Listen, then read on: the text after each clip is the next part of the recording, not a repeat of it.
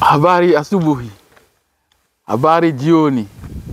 Je vous salue partout mes frères. Je vous salue partout mes soeurs, mes aînés, mes amis. Je vous salue, c'est votre frère et recevez mes salutations partout où vous êtes. C'est un bon choix que vous avez fait aujourd'hui, celui de suivre ce message. Je vous dis encore coucou, grand merci pour vous parce que vous allez encore écouter des paroles que vous n'avez jamais écoutées. Voilà, aujourd'hui, je suis là comme d'habitude pour m'entretenir encore avec vous pendant quelques temps. Donc, je vous ai déjà invité à travers un petit message le vendredi passé. Je suis là pour aller à la profondeur de ce message. L'intitulé d'aujourd'hui est « La Bible est-elle réellement monothéiste ou cache-t-elle encore autre chose ?» Voilà le titre. Nous sommes toujours sur la Bible et dans la Bible.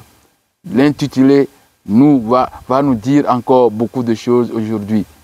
Donc je rappelle encore le thème de ce jour, la thématique. La Bible est-elle réellement monothéiste ou cache-t-elle encore autre chose? Voilà, nous allons comme d'habitude lire des versets bibliques qui vont nous servir de base. Aujourd'hui, nous avons pas mal de versets et ces versets seront décortiqués. Ces versets vont nous entretenir, vont nous protéger pour pouvoir comprendre le message d'aujourd'hui. Donc, j'ai 6 passages bibliques à vous lire et il y en a encore d'autres qui vont venir par après quand je serai au fond fin du message. Donc, sans plus tarder, le premier message est tiré du psaume 82, verset 1 et verset 6. Le deuxième, j'ai mis 2 passages bibliques ensemble, 2 versets bibliques ensemble. Genèse 1, verset 6 et Genèse 11, verset 7. Le troisième passage est tiré de Deutéronome 32, verset 8 à 10. Mais je vais lire, je crois que je vais tout lire. Le quatrième passage biblique est tiré de Michée 4, verset 5. Le cinquième passage biblique plutôt est tiré de Deutéronome 33, verset 1 à 2. Et je crois que le dernier est tiré de Jérémie 44, verset 16 à 18. Donc, sans plus tarder, nous allons lire les versets bibliques qui vont nous servir de base, qui vont nous servir d'itinéraire, qui vont nous accompagner pour comprendre le message. La Bible est-elle réellement monothéiste ou cache-t-elle encore autre chose? Je lis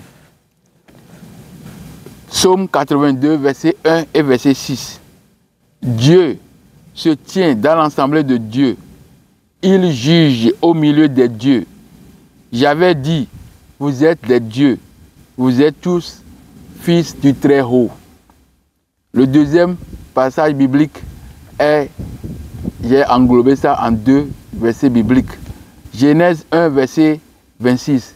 Puis, Dieu dit, faisons l'homme à notre image, selon notre ressemblance, et qu'il domine sur les poissons de la mer, sur les oiseaux du ciel, sur le bétail, sur toute la terre et sur tous les reptiles qui rampent sur la terre. Le deuxième qui le suit, Genèse 11, verset 7.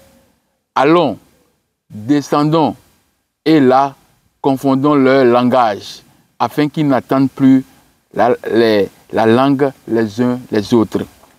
Le troisième passage est tiré de Deutéronome 32, verset 8 à 10. Quand le Très-Haut donna un héritage aux nations, quand il sépara les enfants des hommes, il fixa les limites des peuples d'après le nombre des enfants d'Israël. Car la portion de l'Éternel, c'est son peuple, Jacob, est la part de son héritage. Il a trouvé dans une contrée déserte, dans une solitude aux effroyables hurlements. Il a entouré et il en a pris soin. Il a gardé comme la prunelle de son œil. Le quatrième est tiré de Michée, chapitre 4, verset 5. Tandis que les peuples marchent, chacun au nom de son Dieu, nous marcherons, nous, au nom de l'Éternel, notre Dieu. Le cinquième passage biblique est tiré de Deutéronome 33, versets 1 à 2. Voici la bénédiction par laquelle Moïse, homme de Dieu, bénit les enfants d'Israël avant sa mort. Il dit, l'Éternel est venu de Sinaï. Il s'est levé sur eux de Séhir. Il a resplendi de la montagne de Paran. Il est sorti du milieu des myriades. Il leur a de sa droite envoyé le feu de la loi. Et le dernier passage biblique est tiré de Jérémie. Jérémie 44, versets 16 à 18. Je lis. Je lis toujours dans Louis II. Nous ne t'obéirons en rien de ce que tu nous as dit au nom de l'Éternel. Mais nous voulons agir comme l'a déclaré notre bouche, offrir de l'encens à la Reine du ciel et lui faire des libations, comme nous l'avons fait, nous et nos pères, nos rois et nos chefs, dans les villes de Juda et dans les rues de Jérusalem. Alors nous avions du pain pour nous rassasier, nous étions heureux et nous n'éprouvions point de malheur. Le verset 18. Et depuis que nous avons cessé d'offrir de l'encens à la Reine du ciel et de lui faire des libations, nous avons manqué de tout et nous avons été consumés par l'épée et par la famine. Donc voilà les versets bibliques que j'ai retenus pour ce message. Ces versets sont des versets fondamentaux, c'est des versets pionniers qui vont nous aider à comprendre la Bible. Est-elle réellement monothéiste ou cache-t-elle encore autre chose? Voilà, je vais passer en faisant une petite explication, commentaire sur les versets qui vont nous servir de route pour ce message-ci. Le premier est tiré de Psaume 82, verset 1 et verset 6. On dit, Dieu se tient dans l'assemblée de Dieu. Il juge au milieu des dieux. On nous dit que Dieu est unique. Après lui, c'est le désert. Comme Exode 15, verset 11 nous dit, qui est comme toi parmi les dieux, ô Éternel, qui est comme toi, magnifique et sainteté, digne de louange, opérant des prodigues. Qui est comme toi. Donc ça veut dire qu'il y a personne comme lui. Il est le seul et le vrai Dieu. Voilà. Mais dans ce passage biblique, Psaume 82, verset 1 et verset 6, on nous dit que Dieu, l'Éternel là, se tient dans l'assemblée de Dieu. Donc dans une assemblée de Dieu, on doit avoir des dieux. Qui était dans l'assemblée de Dieu? On dit que c'est l'Éternel Dieu Yahvé qui se tient dans l'assemblée de Dieu, selon la Bible. Mais ça cache encore autre chose que nous devons comprendre. Donc, il juge au milieu des dieux. Voilà l'Éternel Dieu qui est seul. Après lui, c'est le désert. Il juge maintenant au milieu des dieux. Il juge au milieu de quel Dieu? Alors qu'ils ont dit qu'il y a un seul Dieu, il n'y a point d'autre Dieu à part lui. Alors, nous sommes ici en droit d'éclairer ce verset biblique qui cache le polythéisme, c'est-à-dire la présence des divinités. Donc, verset 6, j'ai dit, vous êtes des dieux vous êtes tous des fils du Très-Haut. Donc c'est un Dieu qui est appelé fils du Très-Haut. Donc, si on dit que l'Éternel Yahvé se tient dans l'assemblée de Dieu, ce n'est pas lui qui était dans l'assemblée de Dieu. C'est plutôt le Très-Haut.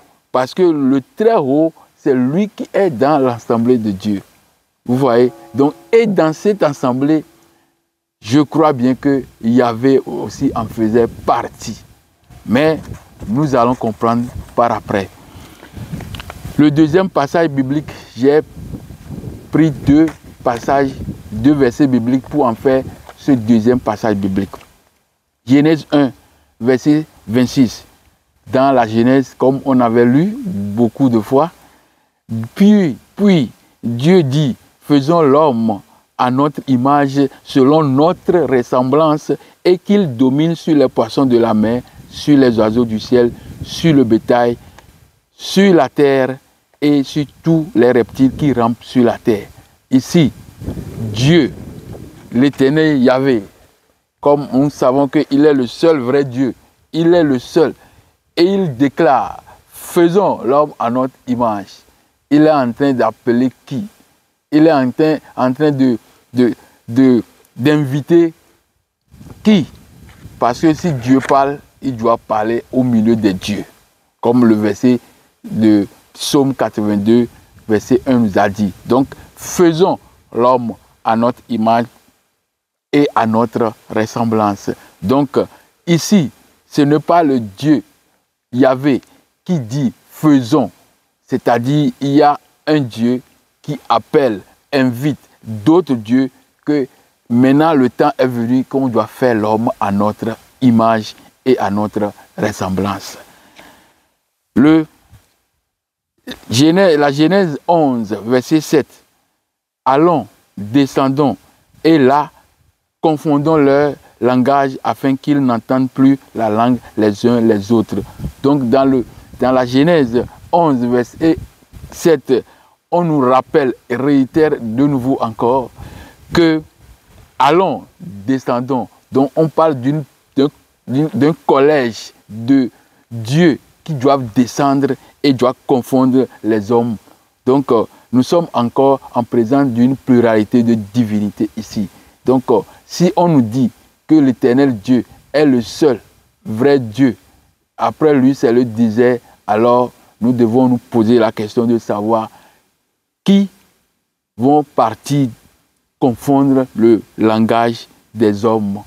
Qui sont les invités, qui sont les forces surnaturelles que le verset ici nous prétend connaître.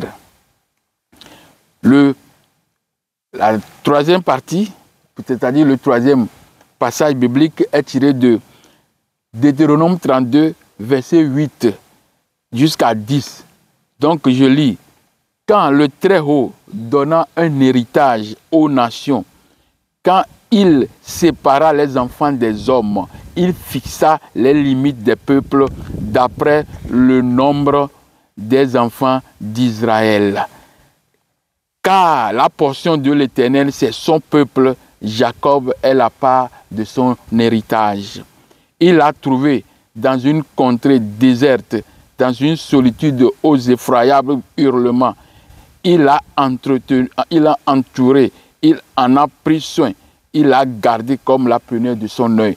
Donc ici, le verset de Deutéronome 32, verset 8 à 10, vient encore nous démontrer qu'il y a un Dieu qui donne les héritages aux autres, c'est-à-dire si quelqu'un doit avoir le pouvoir de donner de l'héritage, ça veut dire que la personne est supérieure à ceux à qui il lègue son héritage. Donc ici, verset 32 de Deutéronome nous dit, chapitre 32 de Deutéronome nous dit, quand le Très-Haut donna un héritage aux nations, donc nous avons les nations ici, et il donna les nations comme héritage à qui? À ses héritages, à ses enfants. Donc ces enfants, l'enfant de Dieu doivent être Dieu. Donc quand le Très-Haut donna un héritage aux nations, quand il séparait les enfants des hommes, il fixa les limites des peuples. Donc en fixant les limites au peuple, il a fixé les limites là d'après les enfants d'Israël. Donc ici, quand on nous dit enfants d'Israël, dans l'origine, dans le texte original ou bien dans le texte original, on n'a pas enfants d'Israël, mais on a plutôt les fils de Dieu. Donc Dieu fixa les limites des peuples d'après le nombre de ses fils. Et on nous a appris aussi dans la Mésopotamie, bon, c'est le nom que nous connaissons, mais je vous ai déjà montré que la Mésopotamie, ce n'est pas là-bas. La Mésopotamie se trouve en Afrique. Donc, dans l'endroit là, on a aussi reçu l'information cruciale que dans Ougarit, le dieu d'Ougarit avait 70 fils. Donc, il prenait le texte d'Ougarit pour plaquer dans la Bible. Donc, dans le texte-ci, on parle des fils de Dieu. Donc, les fils de Dieu, elles, étaient 70. Vous voyez? Donc, les fils, comme étaient 70, donc Dieu doit donner les nations à ses fils, à ses 70 fils. Et ici, nous savons aussi que les enfants d'Israël, pour rentrer en Égypte avec Jacob, ils étaient au nombre de 70. Donc, il donnait cette information. Alors que cette information de 70, c'est une information des Ougarites. Vous voyez? Donc, ce sont des choses qu'on a appris là-bas. Donc, l'information qui est cruciale ici, qu'on doit comprendre, c'est que le Très-Haut, qui était dans l'assemblée des dieux, le Très-Haut donna l'héritage à ses fils de Dieu. Quand il a donné un héritage, il a donné la portion qui appartenait, qui convenait à Israël. Il a donné ça à Yahvé. Donc ça veut dire que Yahvé fait partie de ces 70 fils. Hein? Donc, mais dans la Bible, on nous a dit que Yahvé est le seul Dieu. Et c'est lui qui a créé l'univers. Non, tout ça là, j'ai déjà montré à travers mes vidéos que tout ça là sont à revoir. Ce sont des points d'interrogation. Et j'ai expliqué bien. C'est pourquoi, juste depuis le temps là, je cherchais à poser des conditions pour pouvoir arriver à ce test, c'est-à-dire à cette thématique. La Bible est-elle réellement monothéiste ou cache-t-elle encore autre chose? Donc, ici, Deutéronome 32, versets 8 à 10, le Très-Haut donne l'héritage à ses enfants, à ses fils. Les fils sont 70. Et dans les fils, Yahweh faisait partie de ses fils. Et il a donné la portion d'Israël à Yahweh. Et on dit, il l'a trouvé où? Maintenant, le Dieu là, le Très-Haut, il l'a trouvé dans une contrée déserte, dans une solitude effroyable, hurlement.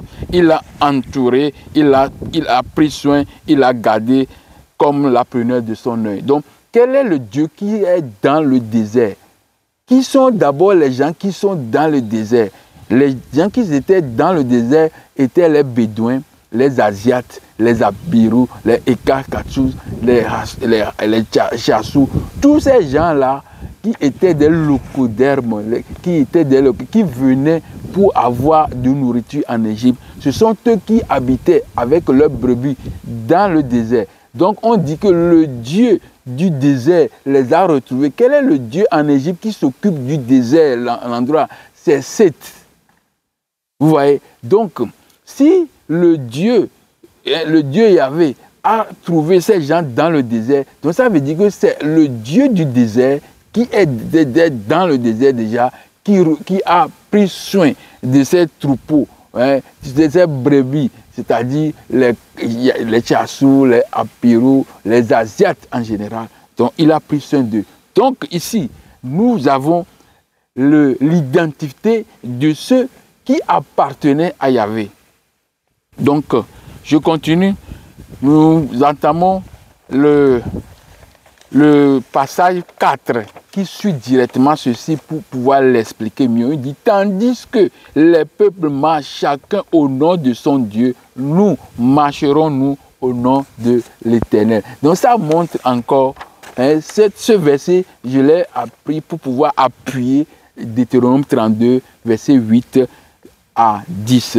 Parce que le Très-Haut, c'est lui qui était dans l'assemblée de Dieu, c'est lui qui donnait héritage. Donc ça veut dire que quand il donnait héritage, il a donné héritage à Yahvé. Donc Yahvé fait partie des fils de Dieu. C'est pourquoi dans ce verset, Michée 4, verset 5, tandis que les peuples marchent chacun au nom de Dieu. Ces peuples, ces 70 nations qui marchaient, il dit que nous marcherons au nom de l'Éternel. Et l'Éternel qui est écrit là-bas n'est pas l'Éternel, le Créateur, le Dieu Tout-Puissant, mais c'est l'Éternel Yahvé, dont le fils de Elle.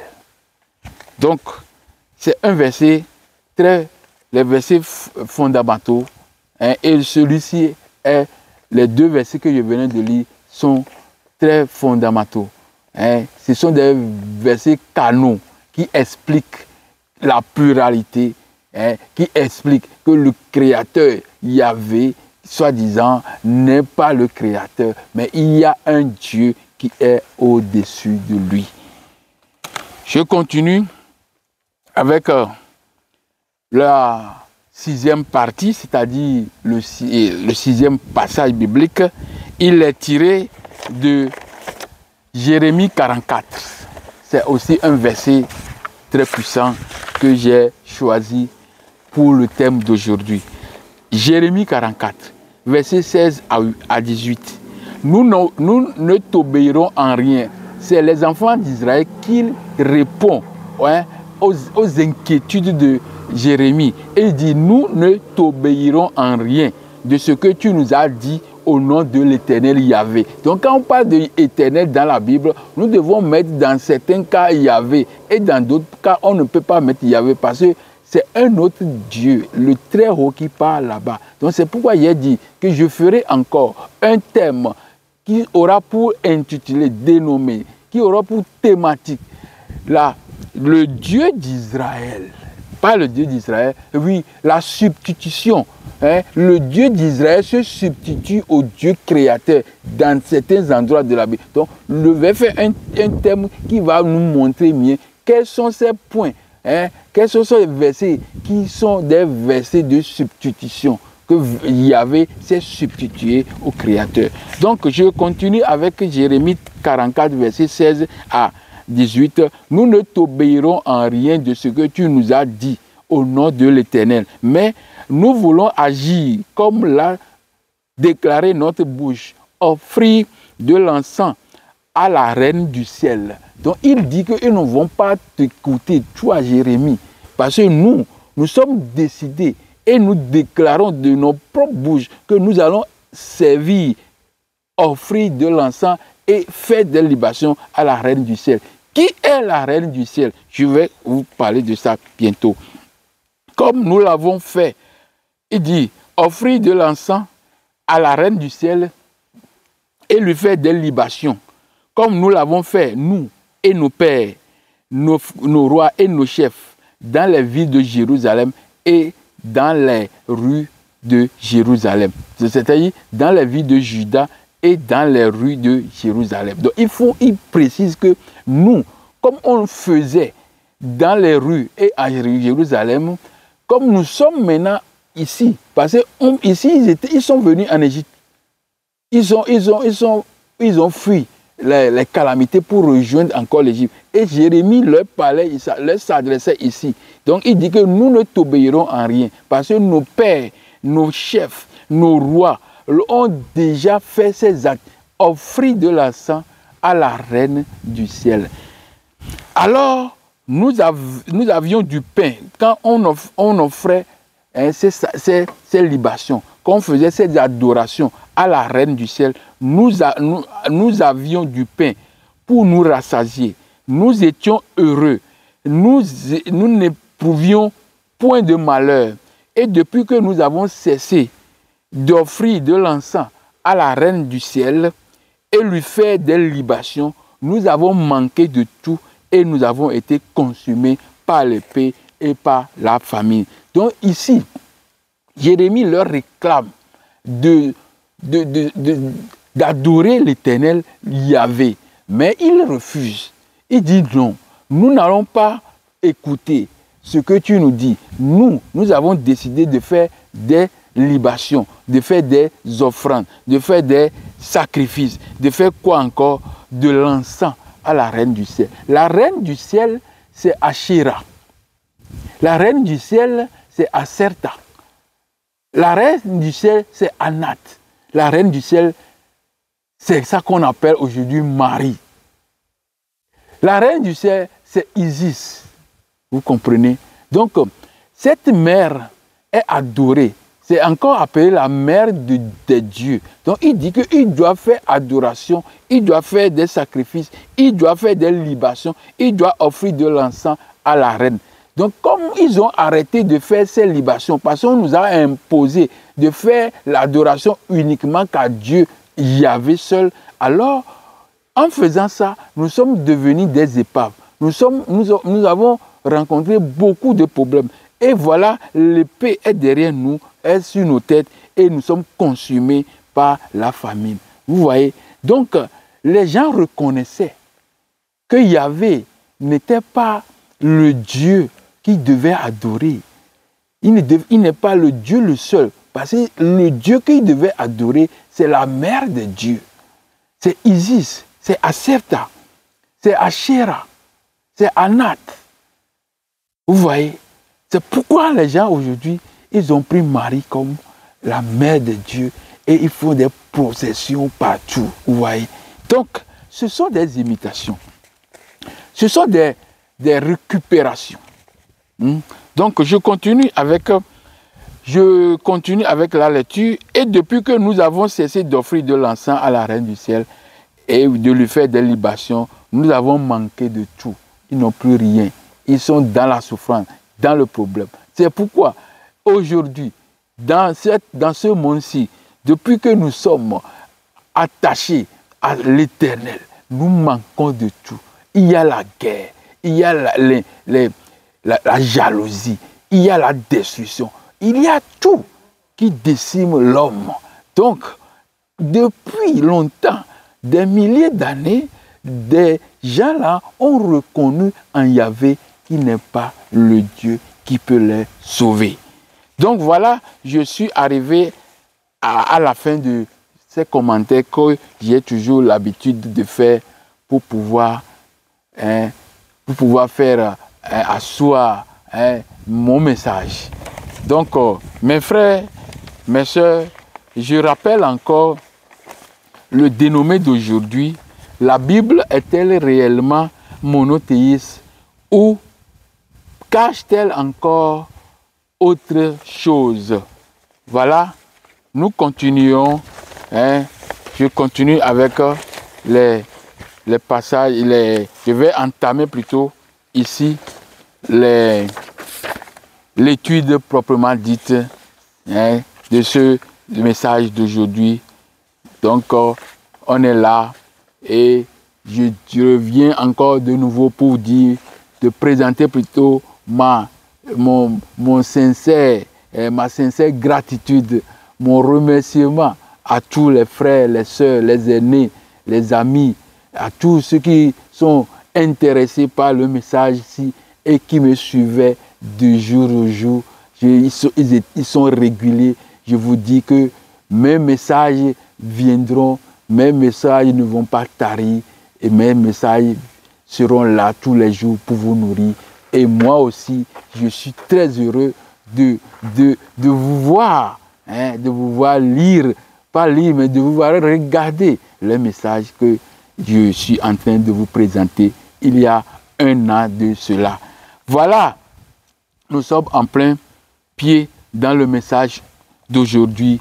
Permettez-moi de vous rappeler encore l'intitulé d'aujourd'hui. La Bible est-elle réellement monothéiste ou cache-t-elle encore une autre chose? Voilà le dénommé qui va nous permettre de faire la lumière sur ce sujet. La Bible est-elle réellement monothéiste ou cache-t-elle encore autre chose? Depuis des semaines maintenant, j'ai commencé à poser des bases, j'ai commencé à réunir des conditions pour vous présenter ce message-ci aujourd'hui. J'aimerais vous rappeler les différents passages bibliques, pas les différents passages, mais les différents messages que je vous ai déjà adressés, les différentes études que je vous ai déjà faites, qui m'ont permis de poser ou bien de réunir les conditions. Il s'agit de la relecture macroscopique des chapitres 1 et 2 de la Genèse. La relecture macroscopique des chapitres 1 et 2 de la Genèse.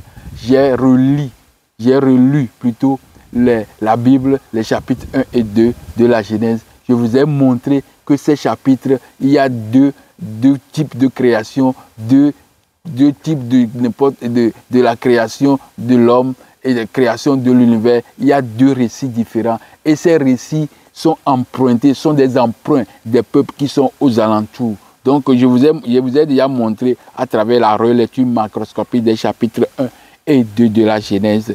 Et ensuite, j'ai fait le message pendant 5 semaines. Oh Bible, rends-nous nos textes, nos cultures, nos traditions, nos ancêtres, et on verra sur quoi tu es fondé. Dans ce message, j'ai, pendant 5 semaines, démontré que la Bible est un patrimoine de l'homme noir, patrimoine des hommes noirs, quel que soit l'endroit où se trouve. Parce que nous savons, dans ce récit-là, dans cette étude-là, que l'homme africain a occupé depuis Canaan jusqu'au fleuve Euphrate et Tigre. Donc tous ces endroits étaient occupés par les hommes africains noirs, mélanodèmes. Donc nous savons aussi que le texte, l'étude qui m'a aussi servi, c'est aussi la face cachée du Sinaï, l'origine emblématique de tous les acteurs du monothéisme.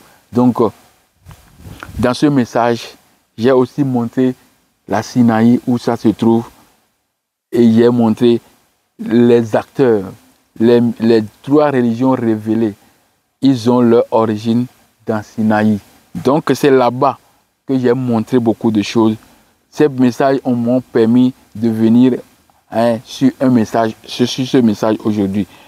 Le 4e, oui, je suis sur le 1er, 2e. Donc, plutôt, j'ai renversé, j'ai commencé par 5e, 4e, 5e.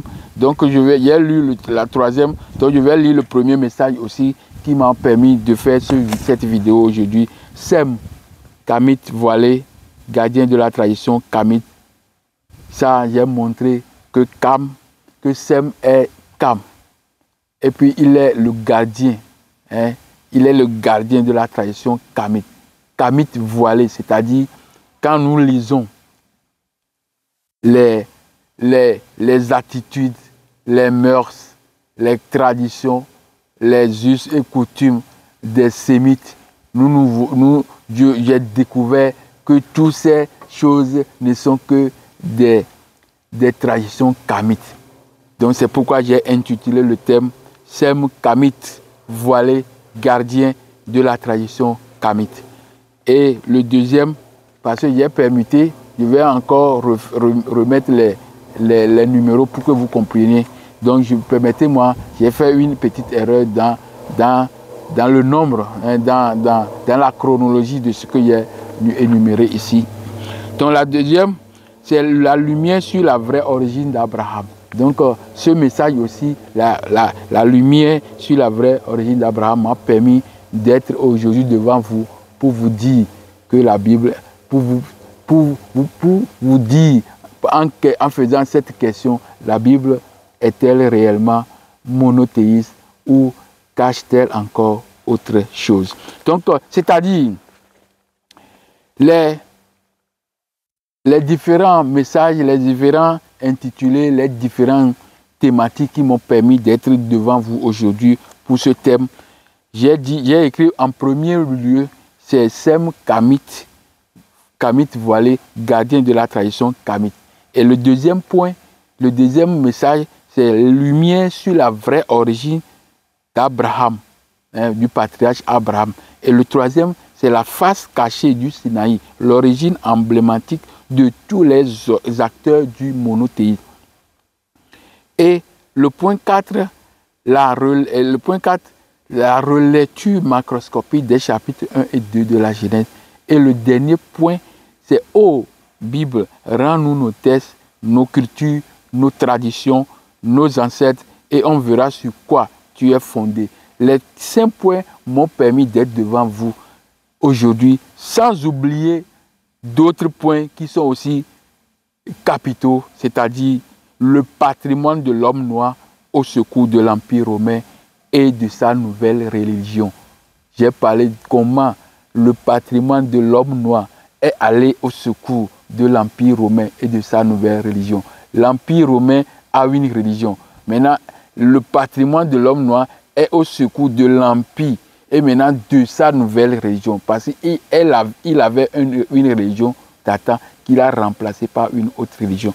Donc dans ce passage, dans ce message, j'ai expliqué pendant 4 semaines le patrimoine, comment le patrimoine de l'homme noir est allé au secours de l'Empire romain et de sa nouvelle religion. Donc, il y a le point, et il y a aussi un autre point, le monothéisme, culte de la personnalité, et le polythéisme, adoration du suprême, le caché dans toutes ses formes. Ces 2 messages, plus le dernier qui est les ancêtres, les vrais ancêtres africains de la Bible. Donc tous ces points m'ont permis, ça veut dire que nous avons au moins 9 chapitres, 9 thématiques, 9 études que j'ai fait pendant des mois, c'est-à-dire si un message par semaine, donc il y a 4 messages pour chaque chapitre à peu près. Donc j'ai ici 9, si c'est 3 messages, ça fait 29 et 27.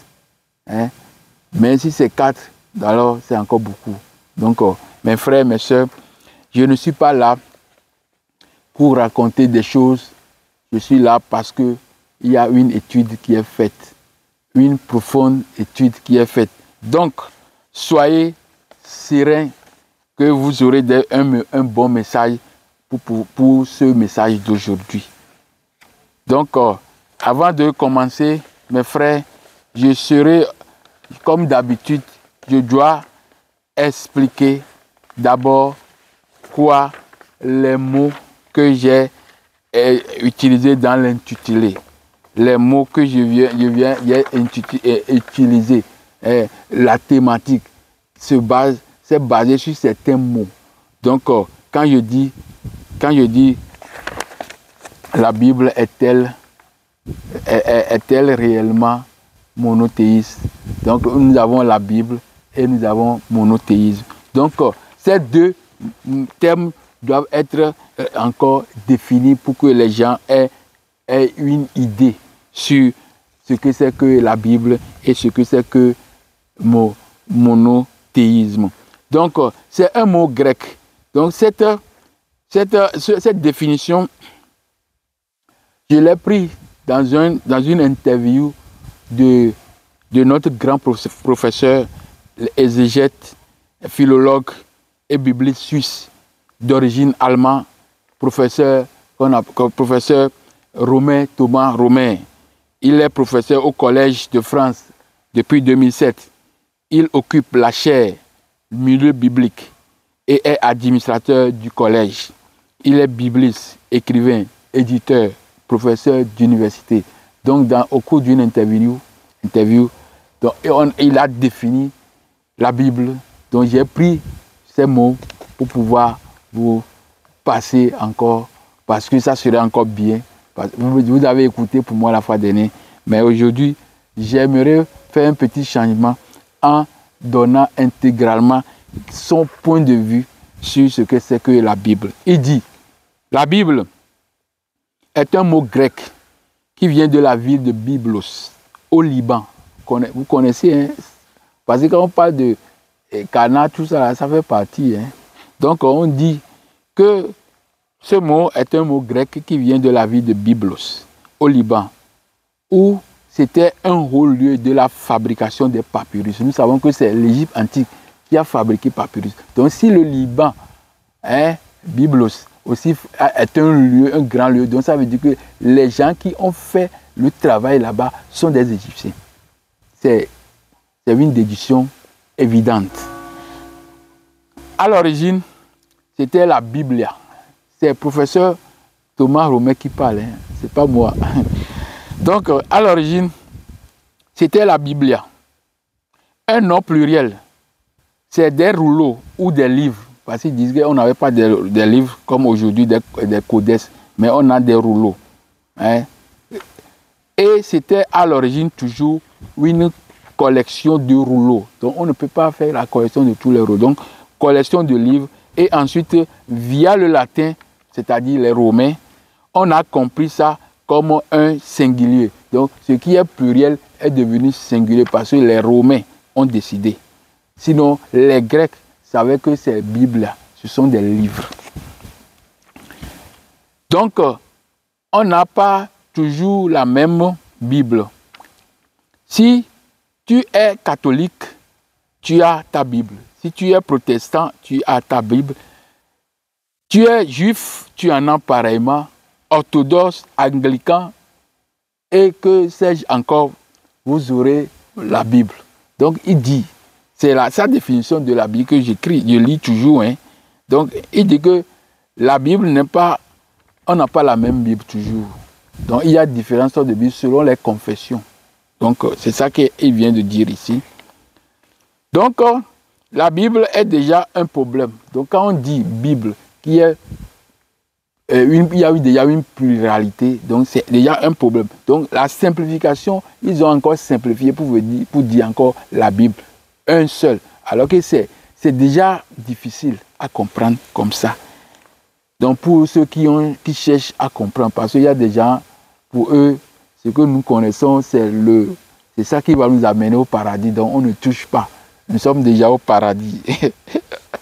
Donc le professeur dit que le mieux, c'est de considérer que la Bible est une bibliothèque. Hein? Pour lui, le mieux, parce que c'est un exégète, c'est quelqu'un qui étudie, qui a fait beaucoup qui a approfondi, hein, démonté la Bible, est parti en son sein, est sorti beaucoup de choses. Il dit que le mieux, c'est de considérer que la Bible est une bibliothèque où il y a une pluralité de livres. Donc la Bible que nous avons, c'est une bibliothèque. Donc, dans la bibliothèque, nous savons qu'il y a beaucoup de livres. Vous voyez, il y a beaucoup de livres. Donc c'est normal qu'on considère que la Bible a beaucoup de livres.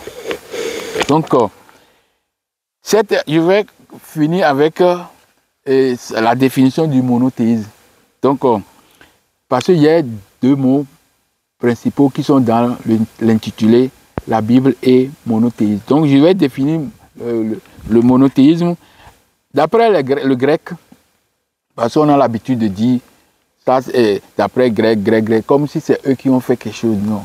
Ils ont emprunté tout de l'Égypte, parce qu'ils ont été à l'école de l'Égypte. Ils sont les enfants des Égyptiens. Donc maintenant, ils se sont autoproclamés comme si c'est eux le départ. Et dit que d'après le grec. On n'a jamais dit d'après l'Égypte antique. Mais le temps viendra que quand on va définir des mots, on va les définir d'après l'Égypte antique. Ça, c'est une prophétie. Donc, le monothéisme, d'après les Grecs, mono signifie seul, unique. Et théos signifie Dieu. C'est une croyance ou une religion qui affirme l'existence d'un seul et unique Dieu. C'est l'exemple des religions abrahamiques. Donc les religions révélées, c'est leur exemple ça. Un seul Dieu, monothéisme. C'est-à-dire le judaïsme, le christianisme et enfin l'islam. C'est aussi une doctrine religieuse qui affirme ou qui rend un culte ou adoration à un seul et unique Dieu. Voilà, c'est la définition que je voudrais donner d'abord avant de pouvoir faire un petit arrêt et recommencer encore un autre, pas un autre, mais pour faire la suite de ce message. Donc, je fais un petit arrêt et on se reverra bientôt.